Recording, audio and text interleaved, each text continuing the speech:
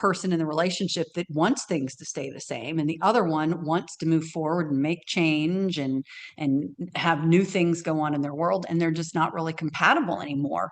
So, that can happen on an individual basis, or that can happen in a couple basis, in a lot of different ways. And as you were talking in the beginning and doing the intro, well, I'll tell you what, I just had tears just coming down. There a lot of Mm, sadness, people having a lot of sadness that are on the call or that are going to listen, a lot of like missed opportunities, a lot of grief. mm, Um, mm. Maybe people made comments when you were younger or even not younger, happening now, where they make comments and they don't realize how much those comments just cut us to the core. And we hold on to those comments. They just walk away like nothing ever happened after it comes out their mouth. And Yeah. another one was a lot of fear. And that fear is just kind of gripping the heart and giving people heart palpitations or high blood pressure Mm. or things like that. So those are the kinds of things we want to look at. Yeah, I'd like to ask everybody, what are you kind of struggling with right now? What is going on in your body? And has it been a little more intense as we move past, the 11:11 gateway? Because that's what I've been hearing is that like it accelerated a lot of this energy for us, and that's okay. We can move out of that. I do want to get into what some of these energies might be doing in our body and how this shows up. But for people that are wondering, how you see energy, how you've dove into the bodies, what they tell you, and why even the DNA may be able to talk with you spiritually about some of the wisdom it holds. Explain a little bit about that process, Lynn. About how I do what I do. Yeah, how it comes So, in. yeah, I mean, it changes for me. And I teach that even in my mentorship program, where, when I first started, it was all very, very visual. But you learn that you don't know what happened right before that picture was taken and right after that picture was taken. So you need context. So it's really Mm, changed throughout the years. So now it's more of a knowing in this conversation that I have with God the whole time that I'm working with somebody, and he's saying, okay, look at this or look at that or ask him this and ask him that. So it's really mainly guided in that direction for me at this point, and has been for a pretty long while. But the bodies, they have all kinds of information to give. And it's pretty amazing the stuff that comes up. I mean, if a body wants something out, like think of a fire ant hill, when if you just give it a little tap, Broad. Yeah, yeah, a little tap. prod, all of a sudden it erupts and like just hundreds of thousands of them come flying out. Well, the body is kind of like that in a lot of ways, where, I read somebody was having some issues last night sleeping and chest and Mm, throat over in the chat. And a lot of times we brew, I call it, for these things where the body is like, okay, I have something that's been irritating me, and I know tomorrow you're going to listen to whoever, and I really want this out, and I know that's going to help. And so we start to brew and things start to pop up just ready to be gotten rid of today. So let these kinds of things come up. Don't they're festering so that you can release them. Don't think that your body is abandoning you or betraying you because you're feeling some type of way today. Just let that be a lesson that, okay, body's ready to let this thing go, and just get ready for the processes. absolutely. And we're going to be talking a little bit about generational work too, and I want to get into that, but I got to share Marie wrote to us and said, "I am so grateful for all the work Lynn does. I always recommend Lynn to so many people. She's amazing, so knowledgeable about everything she does. She has saved me so much with her energetic soul healing work, especially vitamins, etc." So, thank you Marie for that. Lynn, people are very curious about generations, generational energies, generational healing, DNA. Explain a little about what the bodies or God has told you about generations of trauma and maybe how that can affect our bodies. There's so many different ways that generations can do this. It can be behavioral. Think of, your grandmother acted a particular way in a particular situation. Mom adopted that because she learned it by watching. And now you've had to deal with it with the way mom treated you in that kind of situation. So it can just be behavioral where we're mimicking one after the other. But it can go deeper than that. You can have physical issues that literally, because of what they ate or the situation that they were in or the stressors that they were under in other generations, that can literally rewrite their DNA so that when they have Mm. children, now their children are more susceptible to different things because of that DNA being rewritten. And Can I then make a point on something real quick? Because I read a study where they found that the ancestors of people who went through famines are more likely to overeat. So yeah. that's an exact situation where an ancestor experienced hunger or starvation, the DNA actually, in some way, made that person more likely later on in life to overeat or to kind of hoard. And now that got passed on to people that never experienced that before. So, again, that is absolutely a real thing. And Keep here's going, Lynn. here's Sorry. here's two ways that that happened. One is Native Americans in the United States, from all the famines and the starvation they've been through, their leptin switch, which tells you whether you're hungry or not, is messed up. So they overeat. And when they eat, everything gets packed on as fat because the body's afraid you're going to be starved again. So it Mm. automatically jumps into you're going to be starved rather than waiting to see, are you being starved? And then you have the Irish from the Great Potato Famine. They have different ways that that's rewritten their genetics. So you have a lot of this. But you also have some other more supernatural ways that this can be affected as well. You can have entities, we call them, people have heard the term familial spirits. Well, those are demons that literally will watch a particular family. So a lot of people believe in guardian angels, and you have a guardian angel for you or for your family line. You can also have a demon that watches your family line. And that's how they know all of this information about your family, and they can affect each of the different lines in that family. So it could be something that affected your grandfather, your father, and now you. So there's lots of different ways that you can be affected over generations. Yeah, this is really interesting. And, for people wondering about this or wondering about kind of how they react, some of these reactions may be things that are actually in your body or in your DNA. And this is an interesting time because we're in this time where we've gotten past the gateway. Now we're moving into what some might call the holidays or the end of the year. And what starts to show up? What happens with a lot of the holiday memories and maybe the stress response in our bodies?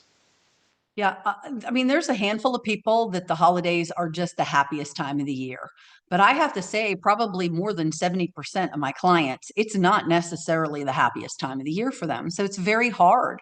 The suicide rate is way higher at the holidays in the United States than it is any other time of the year because the Mm. loneliness factor goes up, and again, all these triggers from our childhood or triggers of just different people's behaviors. And what's interesting is it's not, I was really shocked at the data that came in. We polled our whole list this summer asking them these questions. And I was actually, kind of shocked because I wasn't really thinking about like all the narcissists that they have to deal with in the holidays. It's a brother-in-law, it's an uncle, it's a whoever, right?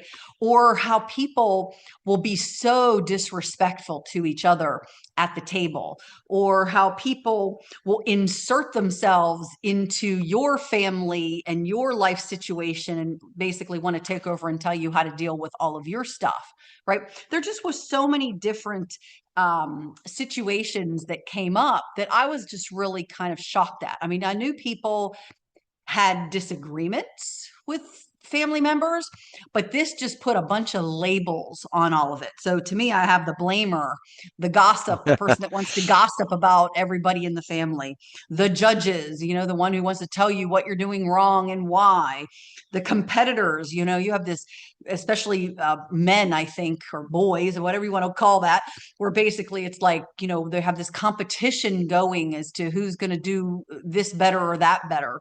The prodigal son, boy, that seems to be one that really irritates Hmm. people. This person hasn't been around. You've stuck with mom and dad your whole life, and all of a sudden they come back and they're just welcomed like they never left, and they get all the goodies and they get all the accolades. And meanwhile, you're like, I've been here this whole time. Like, what am I, chopped liver? So people get very irritated with that. So there's just so many different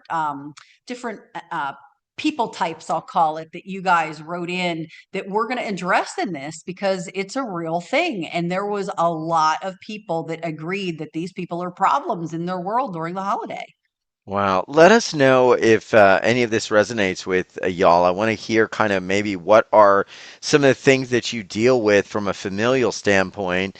But here's the thing. These things are running all year long. The holidays are only a spotlight where we maybe take a little time to kind of uncover, pull the curtain back and see that that pattern is there because it's kind of right in our face. But these things are also draining us and lodging in our body, maybe through some sort of physicality in some way, shape, or form during the whole year, aren't they, Lynn? And sometimes year after year, Yeah. decade after decade. It's there, folks. It's there. We Well, just open the hood. people are afraid to go and have dinner with that person because they already know that some blow up is going to happen, right? So you have this fear factor thing of I don't even want to go do it. And so that kind of just puts the kibosh on the whole thing. And then one of the questions we asked was, how do you feel after the holiday? Mm, Like, how do you feel after you've had dinner and you've been there? And most of them said they felt like they got hit by a train, because emotionally they were on guard the whole time. They had to, keep their mouth shut and just suck it all up and try not to say anything because they didn't want to start anything. All these peacemakers, and you had some that they were triggered. So you had fight or flight or freeze going on. So all these different emotions where you have to, whoa the horse and hold on so that you mm. aren't the one to blame for blowing the whole dinner up. So these are all real things. And then when you're done, you're exhausted because you've had all these emotions you've had to deal with of all the other people, and then you've had to pull yours all the way back. So it makes it difficult. Yeah, very difficult. And the other thing is, it's showing up in the bodies. Now, what did you start seeing as showing up in the bodies related to some of these things? And a lot of these are family dynamics, generational dynamics that may very well just be flat out dysfunctional, right? And they're causing stress. What did you start to see in the body? Probably the biggest one is going to be nervous system issues, Mm. because people become like a duck on the pond. They're on the outside, they're trying to be all nice and calm, but those little feet are just going a mile a minute underneath the water, right? Because your nervous system is just like, oh, hold on, Lynn, don't say that. Be a good girl, don't say that, and because we're triggered and we're trying to figure out how not to be the one that blows up. So that one's a big one. Stress, obviously, anxiety and nervousness is a big Mm. one. Digestive upset is going to be probably the next one, Mm. because they just can't stomach what's going on. And I don't like those kind of patterns, but in this Mm-hmm. situation, that kind of is one. Mm-hmm. Wow. You've also mentioned like stress and physical and emotional, just feeling drained, feeling like it's almost like hopelessness, right? Like Yeah, I don't even want to try to do anything yeah. because everything just feels so chaotic, feels so painful. Explain a little bit about that because on the other side of this, people will want to move forward into a new reality in 2026, and yet the old one is still there. What do you do? Well, and the truth is, like somebody wrote that, change the family. Unfortunately, you don't necessarily Change are the able to fan. change the family. So the point is, we have to change us. Yeah. So we have to get rid of those triggers so that even if somebody's being a narcissist, even if somebody's being Oh competitive my with us or gosh. whatever, that we don't have to play the game with them. And that's how you resolve it. Because we know that when you have a bully and you just ignore it and it doesn't bother you, the bully's going to go away because what's he trying to do? He's trying to poke the bear, just Hmm. trying to sit there and poke the bear. So if the bear can't poke you, they're going to go move on to somebody else, which I'm not necessarily saying I want them to move from you to another family member. So they're still going to cause all this. We want to learn, we want to kind of diffuse that. But the whole point is we have to start with you. Mm. Yeah, I want to share a few stories coming in from folks. One person, I have had to remove myself from family gatherings, says Abby. Another person said, I love my family, but they make me Cry. Yeah. And you know, the interesting thing about this, Lynn, is there's ways to remove this. What do we begin to do to kind of make sure that this stress that could be running right now is not spilling over into our life, into our mood, into our sleep, into our digestion, and probably most dangerous into our body's inflammatory response, which we know is a cascade of all sorts of other breakdowns. What do we do to begin to navigate this? So the reason why I like dealing with this particular situation is, to me, there we all have these, I call them a thread, right? Mm, We have millions of threads in our bodies. And so on that thread, let's say that when you were a small child, mom yelled at you, and for some reason that just, you took that on like, oh my gosh, I am so bad, I am so horrible because yes. mom yelled at me. Okay, so I, in my world, it's like a knot got tied right there in that thread. Okay, so now we can time jump back and forth to all these other times. Maybe it doesn't work with men, maybe it's just women because it was mom that yelled at you. So anytime a woman, let's say a teacher when you're in the fourth grade now, yelled at you, or maybe she accused you of cheating on a test or something, but it has a very similar energy to mom yelling at you back here, we tie another knot, right? And now Oh. today we're in the professional world, and all of a sudden we get a new boss, and she's a female. And now this boss didn't like something that you did, and maybe in a meeting she shamed you or something like that. Now we tie a little knot, right? And maybe in that situation, because you couldn't manage that trigger anymore, you have a little meltdown in the room with the boss and everybody else. And so now it's really affected your life because you had a meltdown in front of the boss. So this is how I watch things progress. And most people can't see how the meltdown in the room with the boss is related to when mom first did this way back when. So my job is to try to help pull that thread out, and kind of like when you get stung by something, you have a stinger, right? And we can't just break the stinger Ah, off. If the stinger is left in, what's it going to do? It's going to wow. fester, right? So Wow. I have to try to pull each of these knots out and not break the thread off. Otherwise, we aren't pulling all these different time jumps or whatever you want to call it, all these knots in these different areas. We haven't pulled them all out. But if we can get this whole thread with all the knots out, then you don't have to have that trigger anymore. You don't have to have that behavior. You don't have to flash in front of your boss or anybody else anymore. So it's just some sort of energy that reminds you of that first time, that then just keeps playing out your whole life. So think now about something that happened when you were a child. The body's trying to push these things up and out of you. Okay. So think about what's the one thing that's coming to your mind right now. Okay. So now I want you to kind of ask your body, so where has that manifested itself in my life today? It may be a part of your body. Mm. It may be a scenario with a particular person. It may be a scenario with a certain smell or a certain somebody yelling or somebody accusing. What is that that's coming up for you? Yes, please let us know. Answer to Lynn's question if you can. What is coming up in your body, maybe directly from childhood, and where is it landing? I think that's what you asked, Lynn. Is that right? Yep. And sometimes for people, it's hard to go all the way back to childhood, but something like, let's say, in your 20s comes up. So we might be starting in the middle of your timeline, and we still Mm. want to make sure we go all the way back and all the way to where you are now and pull it out from there. Okay, Kathy said stomach issues and broken heart.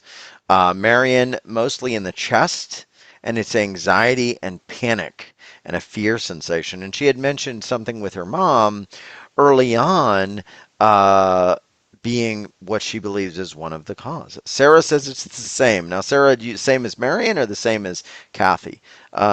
Neolani says digestive issues here as well. Sophia, huge anxiety, and it's in the sacral chakra and throat, like a shock feel, Thank you both.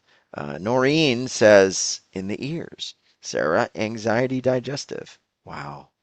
Wow. Keep sharing with us. Digestive and thyroid again, and that's the throat as well. Wow. Again, think about, and I'm just going to throw this out here. Oh, So, again, if you yeah. guys are brewing, that it will help you to brew before we do some of our processes. But Yeah.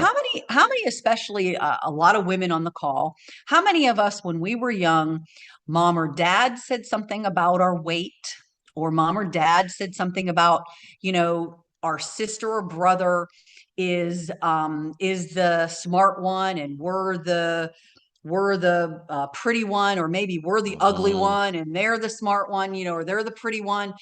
And then you go forward to when we go to school, and now little Bobby says something about how we're fat or we're ugly. And what's little Bobby know? Bobby's the same age as we are. He's 6. What does he know about pretty or not pretty, or what's he know about the world, right? He knows nothing. But little Lynn, little Tina, little Belinda, little Kathleen, we all go, wait a minute. Bobby says I'm ugly, or Bobby says I'm fat. And Yep. we hold on to that. And then we have this lifelong roller coaster. And all Yes. started with a Yes. simple statement that Bobby, 5-year-old, 6-year-old Bobby, said on the playground. Yeah, That's the and kind of stuff we want to get rid of. I want to get some of these questions that you're some of these comments. You're 100% right. And this also can come from mom and dad, right? The first people we connect with saying, "Oh, you're like this," or "You're not this." Just like you said, like, "You're not like your brother," or "You're, this way," or "You're wrong about this." And really, they were just kind of projecting their own energy on you. Is nothing to do with how you really are or who you really are. And the way I learned this, in hypnosis was it's like stacking cans. There's one can at the very bottom that's the initial trauma. And then from that, everything that's similar to that is just another can gets stacked and stacked year after year.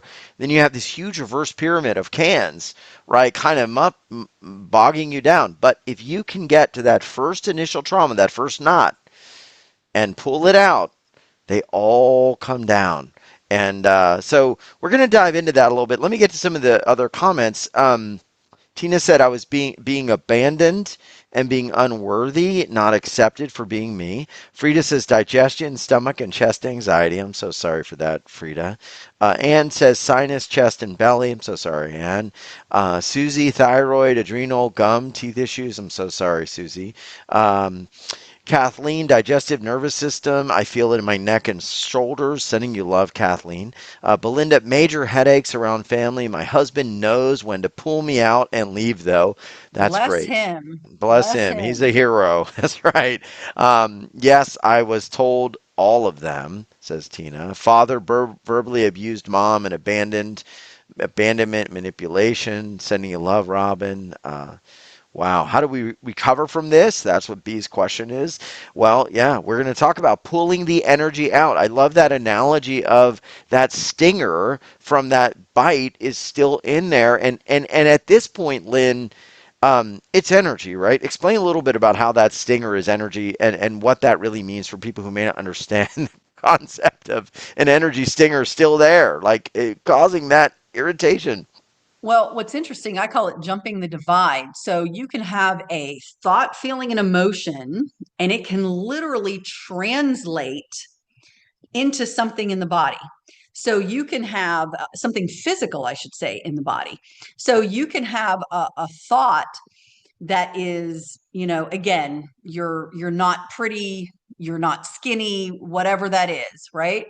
And literally, we all pick different ways to do this. So everybody's different. So this isn't one thing where you can wave a magic wand and it changes it for everybody, because everybody's different in the way they process it.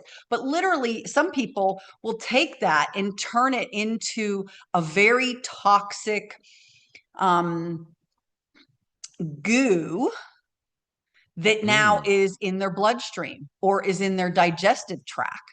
So they literally can turn it so that cellular waste isn't taken out properly. So cellular waste just bubbles up in their bodies, right? And now Wow. that can create pools of acid, which then can create autoimmunes, it can create cancers, it can create Yikes. parasites, it can create because remember, anytime you bring down the alkalinity, your body is 7.35 pH wise. So anytime you lower that into a more acidic state, then buggies can survive in that.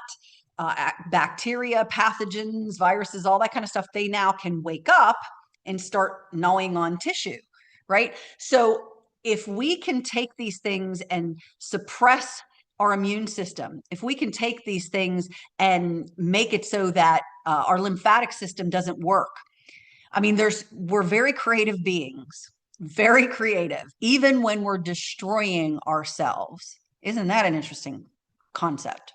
That's right. That's right. And I was just kind of doing some research when you said that, 'cause I thought that's amazing that emotional trauma could lead to higher acidic levels in the stomach and also in the body. And yeah, emotional trauma can lead to higher acidic levels, particularly increasing acid production, contributing to conditions like reflux, GERD. Emotional distress can also affect the body's overall acid base balance. Yeah. And we know that things we do not want grow in an acidic environment. And so that's where, when you see people releasing emotions and then some very undesirable conditions in the body also let go, that's where a lot of that could come from. So guys, this is incredible. Lynn, what I want to do, I mean, and again, this time of year is the spotlight. This is where, unfortunately or fortunately, it's always fortunate, right? We open the hood and we go, oh my gosh, look at all the stuff going on there. In that engine, the wires are here, the air filter's off. Oh my gosh, we got no oil in the car. We got to do something. So if you're feeling like that, or you want to open the hood so it can be a bright and beautiful 2026, let's take your calls and questions. Go ahead and raise your hand. How exciting today. You can go to reactions and raise your hand. And Lynn, it's okay if we take some callers. I know Of they want you. course. Of course. They want you. And we'll work on anything. I mean, this is where it's like whatever shows up that is not part of what I think your divine light or Lynn, this is where we want to help you. So don't worry about it. I want to go to Sarah. Now, Sarah, I know you wrote in a bunch. I don't have all your questions, but let's just restate your question for Lynn, and then we're going to try to do all we can today. Sarah, how can we help you? Sara. Hello. Hello, Sarah. How are you? We're Um, doing good. yeah, I have digestive issues and sadly, anxiety.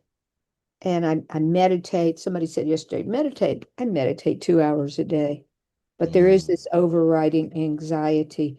And also, a question I was just curious about was that from a very young age, I felt like I needed to be thin and agile. And my family's from Russia. We're stocky. We're not like that. But it was like, I don't know.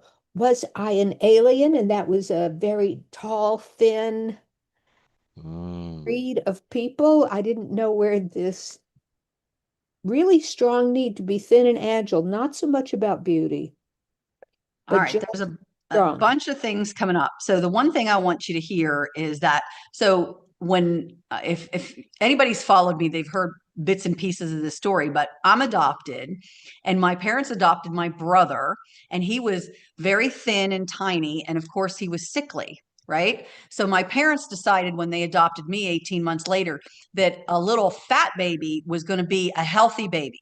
Okay. So every year on my adoption day, we'd always go over the adoption stories and how happy they were. So in their mind, they kept saying how happy they were, right?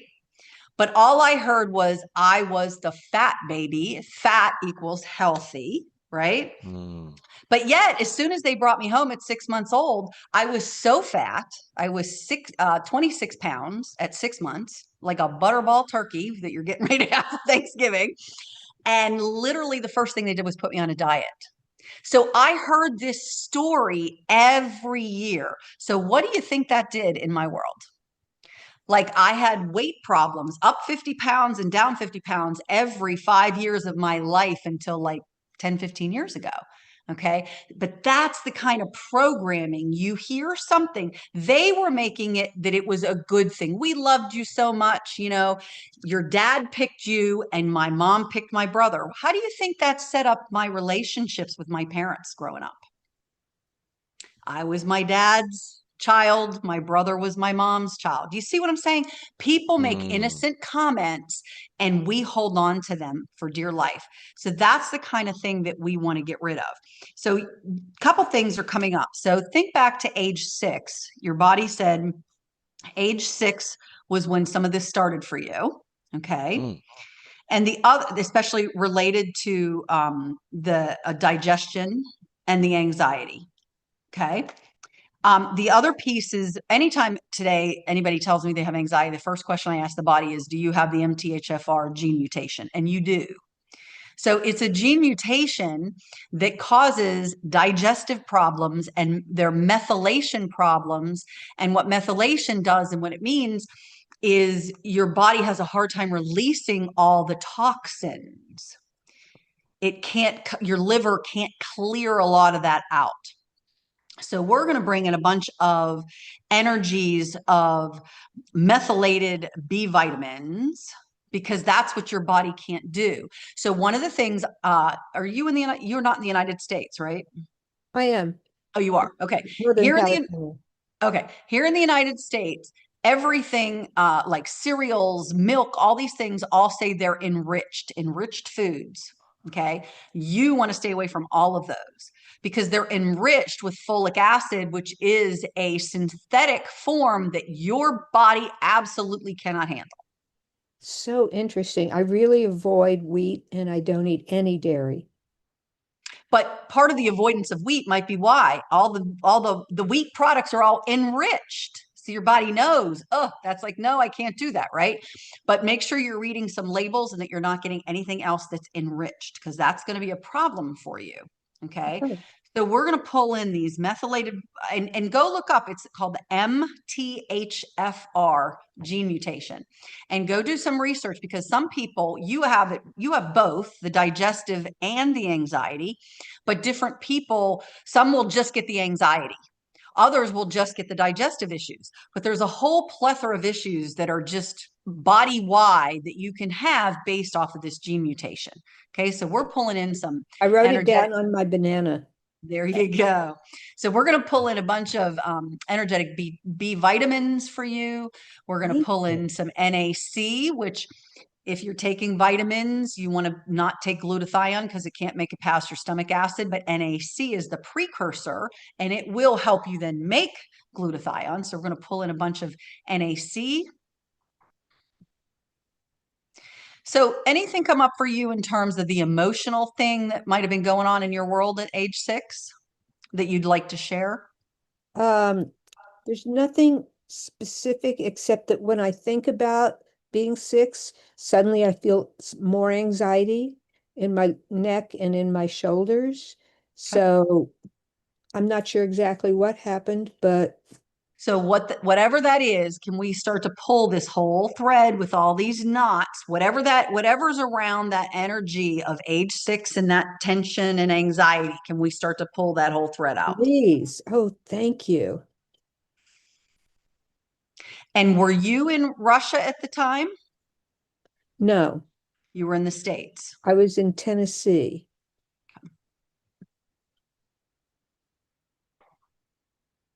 And remember, as I work on different people, I'm working on pretty much everybody on the whole call. So I got a bunch of threads in my hand right now. It's like I'm pulling whatever people are willing to get rid of. So we're just gonna keep pulling this out. Oh, this is good. We're sending it to you, Lynn.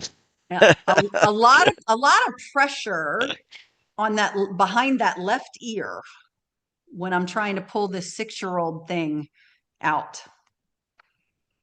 So tomorrow, the next day, it may come to you what's going on. Sometimes it does and sometimes it doesn't, but we don't want to stop pulling the thread out because you want to be able to see and know what that is. Okay. So that's the big key with everything we're going to do here. Okay. So you can watch it like it's a movie, just don't make it stop. Okay. So we're going to keep pulling this out.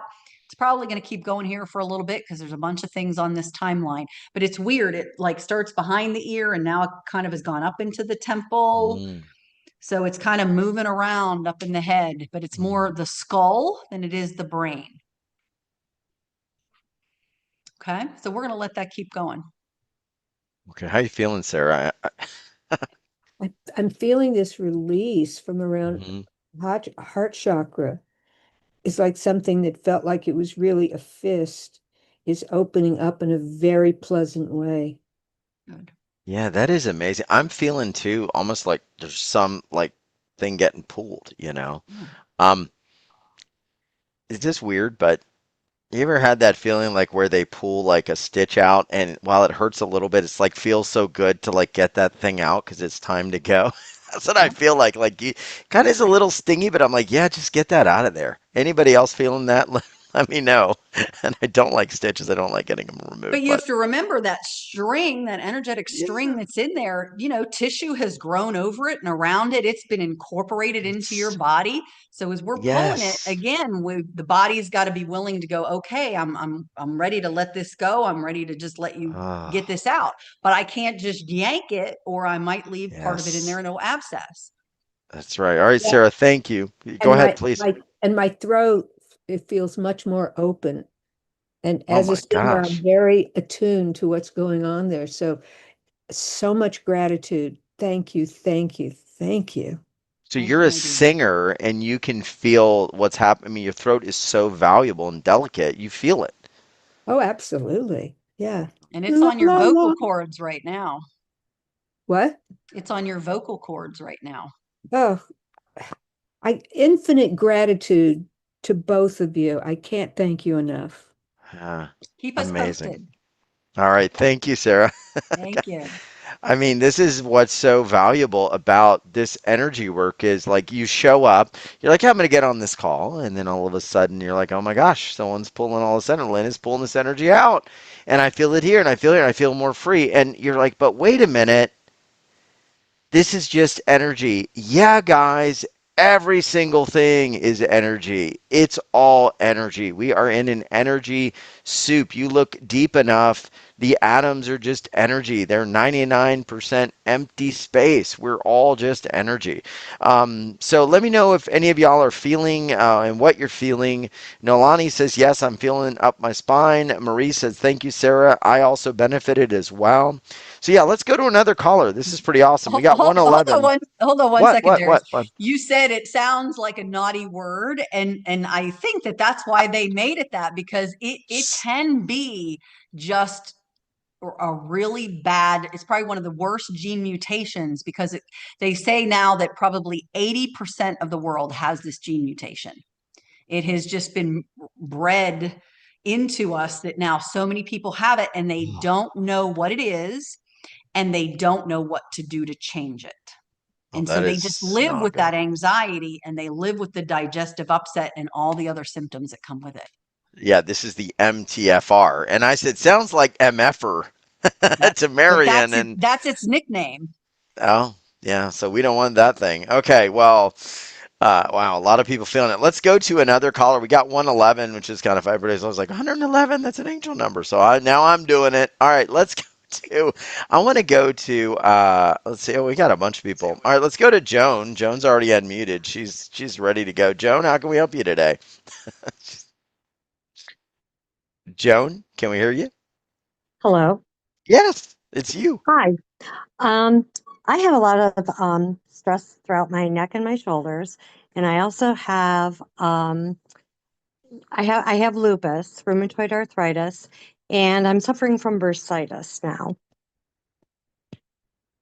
I have a lot of emotional stress going on around me, Hmm, and I need to release um, feelings that I carry from other people. hmm. Okay, what was going on in your world when you were 12? Um, Did you happen to get your period at 12? I could have, yes. I started my period very late in life. 12's not that late, but your body's showing me that there's a lot of hormonal components. And what about age 24? I was going through a divorce. Okay. So lots of hormonal stuff and stress stuff.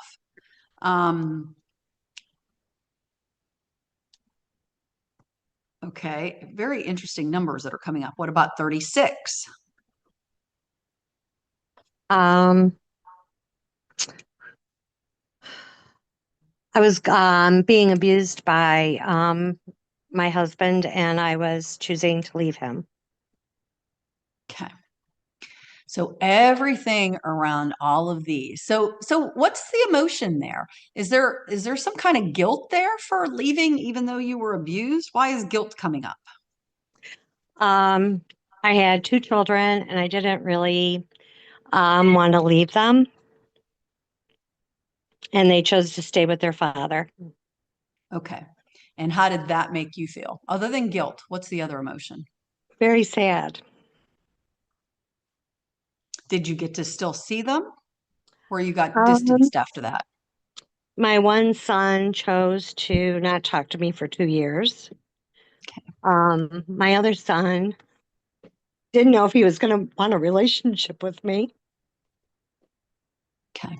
So everything around all of this just angst and their deep remorse, maybe remorse for choosing him as a husband in the first place, remorse wherever this remorse is coming up in you. Okay, you chose to get out of an abusive situation. And unfortunately, the kids did not necessarily see that. You know, a lot of times they look at their dads as they're the superhero somehow, even in that situation. And it takes till later in life for them to really realize, and sometimes they don't. But all of these, just a fishbowl of emotions that are coming up between all of these emotional situations. We want to just keep pulling the threads, keep Mm. pulling that out.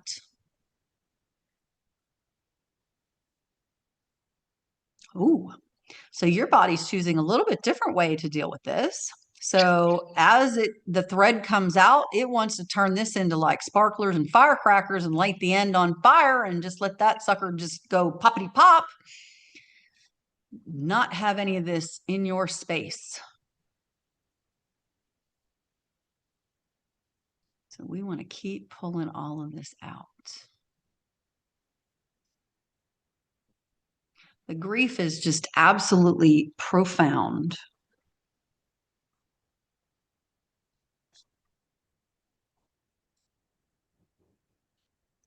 And where do you stand with the kids today? We have a very good relationship. I had a daughter out of high school, and she's in my life now with her parents. And I'm currently caring for my mother. Okay. So all of the past about the kids and anywhere you're still carrying that luggage, anywhere you're still holding that burden, we want to keep pulling that out. You know, and interesting, God told me this the other day about forgiveness. Forgiveness isn't a one-time thing. Mm. We can forgive them, but the lingering resentment and bitterness that we don't let go of is the thing that it's just going to keep coming around, and we have to work harder at that part. And we have to truly find a way to let that go.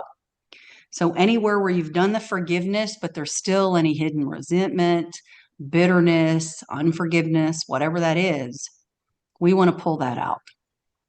These are the things that can let you get under demonic attack and create generational problems. So we're trying to unravel any generational problems here, not create them. And you can stop that by helping to unwind any of that bitterness and resentment that you still have in that situation. You I think I've understand? pretty much come to terms with everything that's happened. Um, I love my children. That never stopped. I always kept in contact with them, and let them know that I was there for them. Okay, but Um, you've stored it in your body. I Yeah. store everything. Okay, but that's the point. Mm, So yeah. that's the point. I get that emotionally, maybe you are over the hump, but really we've stored this stuff. So everywhere where it's in the joints, everywhere where it's in the organs or in the skin from lupus, everywhere where it's hiding in the body is what we want to go ahead and just get it out now. Yeah.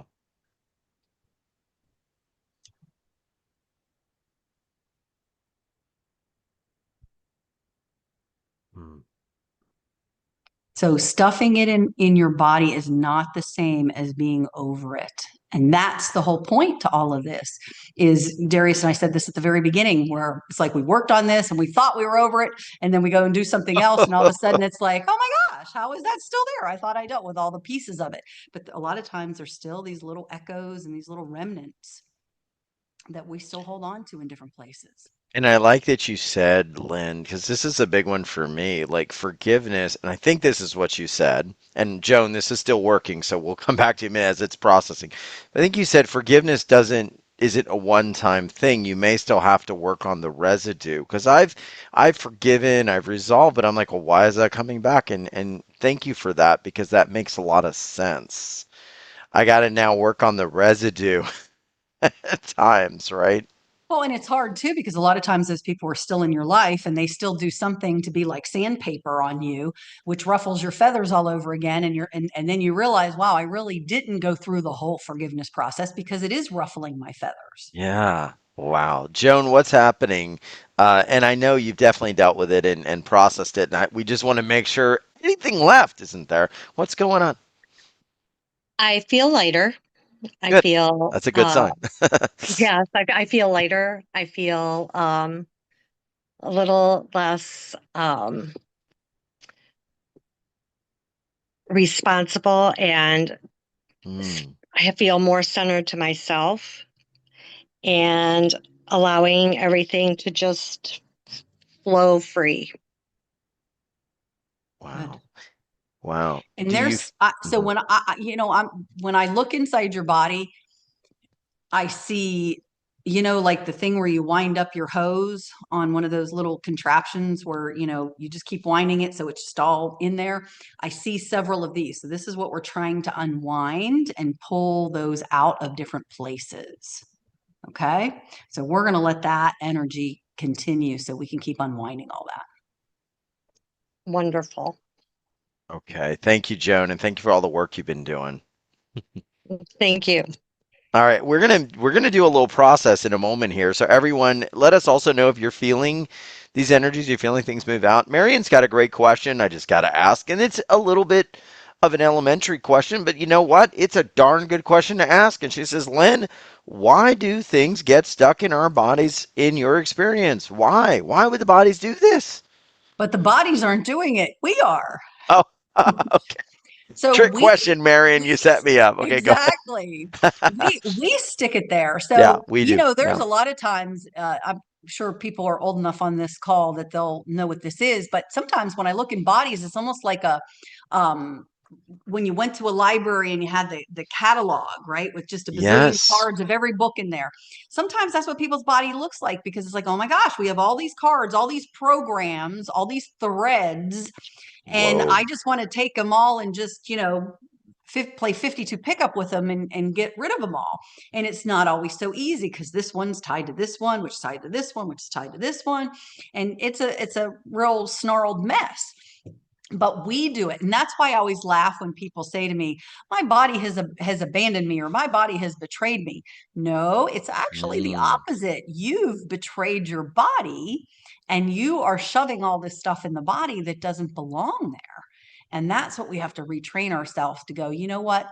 I'm not going to stick this in my body. I'm just going to deal with it and find a way to deal with it in real time so that I don't put it in my body and create all these problems. Wow, that is an amazing analogy, Lynn. Thank you for that. Because you think about that old card catalog system. What was it called? The Dewey Decimal System. But right, Mhm. but like you think of that card catalog system, and every one of those cards corresponds to a book in the library, a story in the library of something that happened, some event, some timeline. And yet, if we take a current event, a current thing, and we associate it with that card file and that old story, what do we get again and again, folks? Answer in the chat. We get the old what? Can fill in the blank, right? So we're gonna let go of that card catalog and create some new stories. And Lynn, I want to go through and work on the process with you that we're gonna do for everyone. It's gonna be around timelines, and it's called Let's Do a Time Jump. So we're going to do that. And Lynn, I'd like you to tell us about that. But what I'm going to do for anyone listening in on Facebook, YouTube, X, we're going to cut the stream because I want to make sure this is on our pages with all of our disclaimers and everything else. We want to make sure you don't drive, you don't operate heavy equipment, and you know that you need to stay safe when you do these energy processes. So if you want to catch the full process, go to uwealthrevolution.com/Lynn30. It's going to be there by 8 p.m. tonight. And I'm going to cut the stream for YouTube land. And then, Lynn, we are going to jump in here and